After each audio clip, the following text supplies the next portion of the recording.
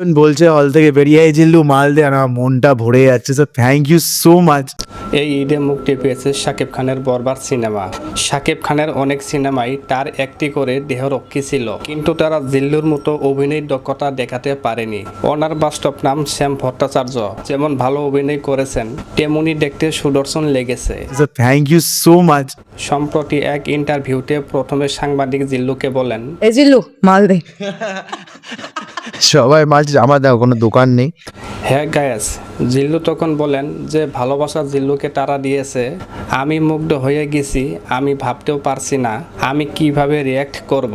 সেটা আমি দেখছি বরবাদ রিলিজের পরপরই সবাই হল থেকে বেরিয়ে বলে। তো সবাই যখন হল থেকে বেরিয়ে বলছে এ জিল্লু মাল দে, ওটা ট্যাগলাইনটা হিট করে গেছে থ্যাঙ্কস টু শাকিব স্যার। জিল্লুকে আরও জিজ্ঞেস করা হয়, বরবাদ সিনেমা নিয়ে তোমার এক্সপিরিয়েন্স কেমন?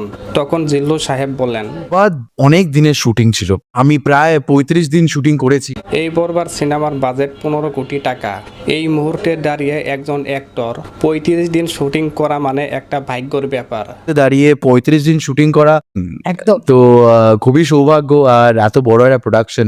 তিনি আরো বলেন, বরবাদ সিনেমার শুটিং অনেক বোম্বাই রয়েছে, বেশিরভাগ ঢাকায় কলকাতায় সব মিলে শুটিং হয়েছে, বাট আমার কাজ বেশিরভাগ বোম্বাইতেই ছিল। ঢাকা কলকাতা সব মিলেই শুটিং হয়েছে, বাট আমার কাজ বেশিরভাগ বম্বেতেই ছিল। এই বরবাদ সিনেমাতে কাজ করে জিল্লু সাহেব যা আশা করে নাই এর চাইতে বেশি হয়েছে। আশা করিনি এত এরকম জায়গাও একটা বাংলা ছবি হতে পারে এরকম। শুধু তাই না, তিনি আরো বলেন, মুভিটা আমি নিজেও দেখছি, একেবারে দারুণ লাগছে, আর ইটিকাও ফাটিয়ে দিয়েছে। ইদিকাও ফাটিয়ে দিয়েছে। Idika has done amazingly, everyone has performed. So guys সাংবাদিক জিল্লুকে আরো বলেন, পর্দায় যখন নিজেকে দেখলে মেগাস্টার শাকিব খানের সঙ্গে, তোমার নিজের ফিলিংসটা একটু শেয়ার করো, কেমন লাগলো তোমার? তখন তিনি বলেন, প্রথমবার আর কি আমি আমায় না দেখে ওনাকে দেখলাম আর কি।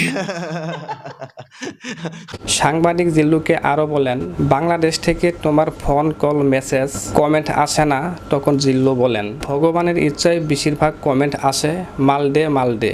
সবাই কমেন্ট করছে মাল দে মাল দে মাল দে। আরেকটা কমেন্টও করছে জানো। কি বলছে? সাংবাদিক জিল্লু সাহেবকে লাস্ট আরেকটা কথা জিজ্ঞেস করেন, জিল্লুর সবচেয়ে ফেভারিট সিন বরবাদ সিনেমাতে কোনটা ছিল?